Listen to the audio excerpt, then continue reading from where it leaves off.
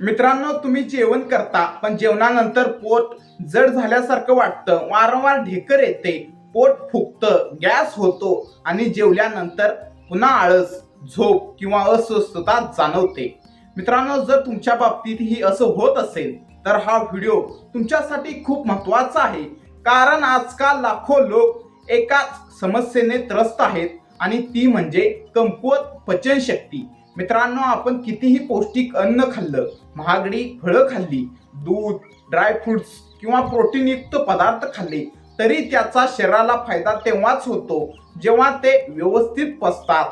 जर पचनच होत नसेल तर अन्नातील पोषक घटक शरीराला मिळत नाहीत आणि मग सुरू होतात अनेक समस्या.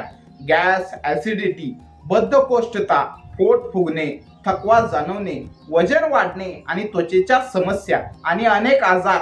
पण चांगली गोष्ट म्हणजे पचन सुधारण्यासाठी तुम्हाला महागडी औषध घेण्याची गरज नाही. फक्त जेवणानंतरचे काही नियम पाळले तर तुमची पचनशक्ती नैसर्गिकरित्या सुधारू शकते. या व्हिडिओमध्ये मी तुम्हाला 4 सोपे पण प्रभावी नियम सांगणार आहे जे आयुर्वेद आणि आधुनिक विज्ञान दोन्ही मान्य करतात. हा व्हिडिओ शेवटपर्यंत नक्की पहा. नियम क्रमांक 1, जेवल्यानंतर लगेच झोपू नका. मित्रांनो, ही सर्वात मोठी चूक आहे. अनेक लोक दुपारचं किंवा रात्रीचं जेवण केल्यानंतर लगेच आडवे होतात. काही जण मोबाईल बघत बघत बेडवर पडतात तर काही जण जेवल्यावर लगेच झोपतात. पण यामुळे पचनक्रिया मंदावते. जेव्हा आपण उभे किंवा बसलेले असतो तेव्हा गुरुत्वाकर्षणामुळे अन्न पोटातून पुढे जाण्यास मदत होते, पण आडवे झाल्यावर ही प्रक्रिया धीमी होते. त्यामुळे ऍसिडिटी वाढते, गॅस तयार होतो आणि अन्न व्यवस्थित पचत नाही. विशेषतः रात्रीच्या जेवणानंतर किमान 2 ते 3 तासांनी झोपायला हवं. हा नियम पाळल्यास पचनात मोठा फरक जाणवू शकतो. नियम क्रमांक 2, जेवल्यानंतर 10 ते 15 मिनिटे चालणे. मित्रांनो, आयुर्वेदात एक सुंदर वाक्य आहे, शतपावली करा, म्हणजेच जेवणानंतर थोडं चालणं. लक्षात ठेवा, धावणं नाही, कठीण व्यायाम नाही, फक्त शांतपणे चालणं. यामुळे अन्न पुढे सरकतं, पचन सुधारतं, रक्तातील साखर नियंत्रित राहते, गॅस कमी होतो, पोट हलकं वाटतं. आजकाल अनेक डॉक्टर सुद्धा जेवणानंतर 10 ते 15 मिनिट चालण्याचा सल्ला देतात. जर तुम्ही हा एकच नियम नियमित पाळला तर पोटाशी संबंधित अनेक समस्या कमी होऊ शकतात. नियम क्रमांक 3, जेवल्यानंतर लगेच भरपूर पाणी पिऊ नका. मित्रांनो, जेवताना किंवा जेवल्यानंतर थोडं पाणी पिणं चुकीचं नाही, पण अनेक लोक जेवण झाल्यावर लगेच 2 ते 3 ग्लास पाणी पितात. यामुळे काही लोकांना पोट फुगल्यासारखं वाटू शकतं. पचनासाठी आपल्या पोटात काही विशिष्ट रस तयार होतात. जेवणानंतर जर लगेच खूप जास्त पाणी प्यायलं तर काही लोकांमध्ये पचनाची प्रक्रिया तात्पुरती मंदावू शकते.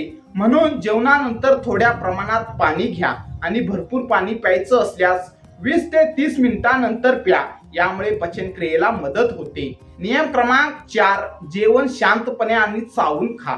मित्रांनो, पचनाची सुरुवात पोटातून नाही तर तोंडातून होते.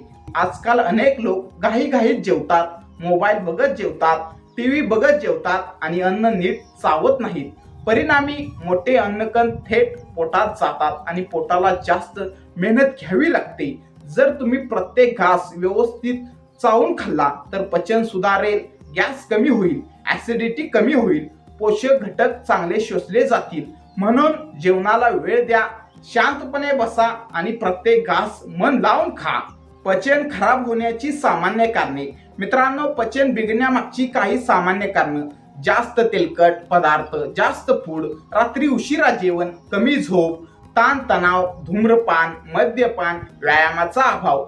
जर ही कारणं तुमच्या जीवनात असतील तर त्यावरही लक्ष देणं गरजेचं आहे. मित्रांनो, या 4 नियमांबरोबर काही अतिरिक्त सवयी लावल्या तर पचन आणखी चांगलं होऊ शकतं. सकाळी कोमट पाणी प्या, रोज फळं खा, हिरव्या पालेभाज्या खा, पुरेशी झोप घ्या, तणाव कमी करा, नियमित व्यायाम करा. या छोट्या सवयी तुमच्या पोटाचं आरोग्य सुधारू शकतात. मित्रांनो, पचनशक्ती चांगली असेल तर शरीर निरोगी राहतं, ऊर्जा वाढते, मन प्रसन्न राहतं आणि अनेक आजार दूर राहतात. म्हणून आजपासून हे 4 नियम लक्षात ठेवा. जेवल्यानंतर लगेच झोपू नका, 10 ते 15 मिनिटे चालणे, लगेच भरपूर पाणी पिऊ नका, अन्न नीट चावून खा. हे नियम साधे आहेत पण त्याचा परिणाम खूप मोठा असू शकतो. लक्षात ठेवा, चांगलं आरोग्य हे चांगल्या पचनापासून सुरू होतं. जर हा व्हिडिओ तुम्हाला आवडला असेल तर व्हिडिओला लाईक करा, शेअर करा आणि चॅनेलला सबस्क्राईब करायला विसरू नका. पुन्हा भेटूया अशाच उपयुक्त आणि आरोग्यविषयक माहितीसह. धन्यवाद.